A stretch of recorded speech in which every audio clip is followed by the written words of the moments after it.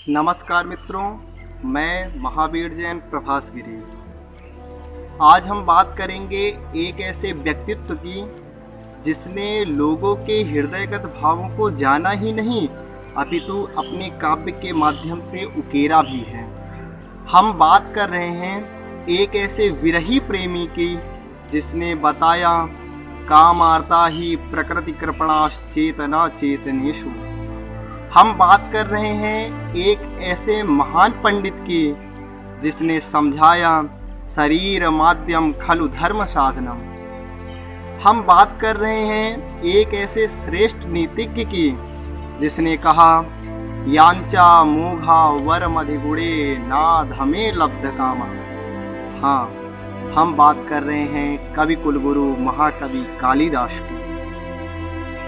महापुरुष उद्दीप्त दीप की भांति होते हैं जो स्वयं अंधकार में रहकर जगत को प्रकाशित करते हैं। महाकवि कालिदास के काव्य में पृथ्वी के भूगोल से लेकर के स्वर्ग की संरचना तक सब कुछ प्राप्य है, किंतु प्राप्त नहीं है तो वह है स्वयं के विषय में लिखे जा सकने योग्य दो शब्द।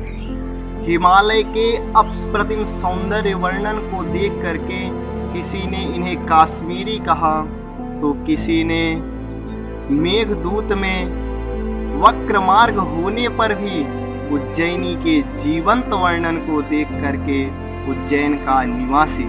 कुछ साहित्यकारों ने तो बिहार के मधुबनी और उत्तराखंड के रुद्रप्रयाग को भी जबरन कालिदास से जोड़ने का प्रयत्न किया है। स्थान ही नहीं अपितु आपके समय के संबंध में भी कम भ्रांतियां नहीं हैं। वैसे तो कवि कुलगुरु जी की अनेक विशेषताएं एवं उपलब्धियां हैं, किंतु एक उपलब्धि ऐसी भी है जो इनके समय एवं स्थान दोनों को दर्शाता है।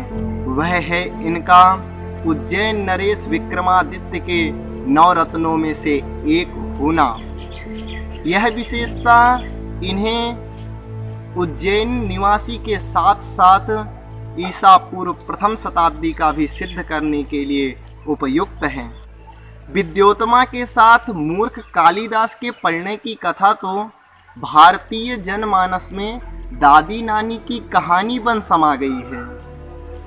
देखा भी तो है हमने अपने कर्ण रूपी नेत्रों से कैसे पत्नी के अपमान ने कवि कुलगुरु कालिदास के अंतःकरण को झकझोर सा दिया था। शायद इसीलिए मेघदूत में ऐसा प्रतीत होता है मानो यक्ष के माध्यम से महाकवि ने स्वयं के विरह वेदना को संसार के समक्ष परोसा हो।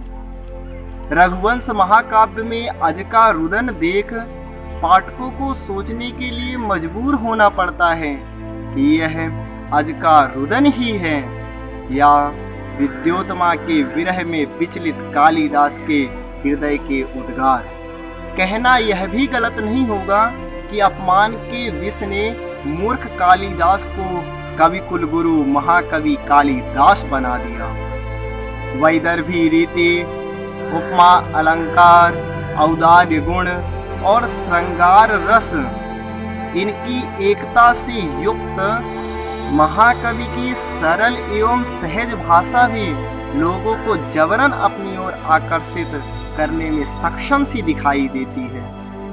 जहाँ एक तरफ महाकवि कालिदास रघुवंशम, पुमान संभवम, इन दो महाकाव्यों और मेघदूतम, ऋतुसंहारम, इन दो खंड काव्यों के उद्गम स्थान रहे, वहीं अभिज्ञान शाकुंतलम, मालविकाग्निमित्रम, विक्रमोर्वशीयम, इन 3 कालजयी नाटकों के सृजेता भी बने।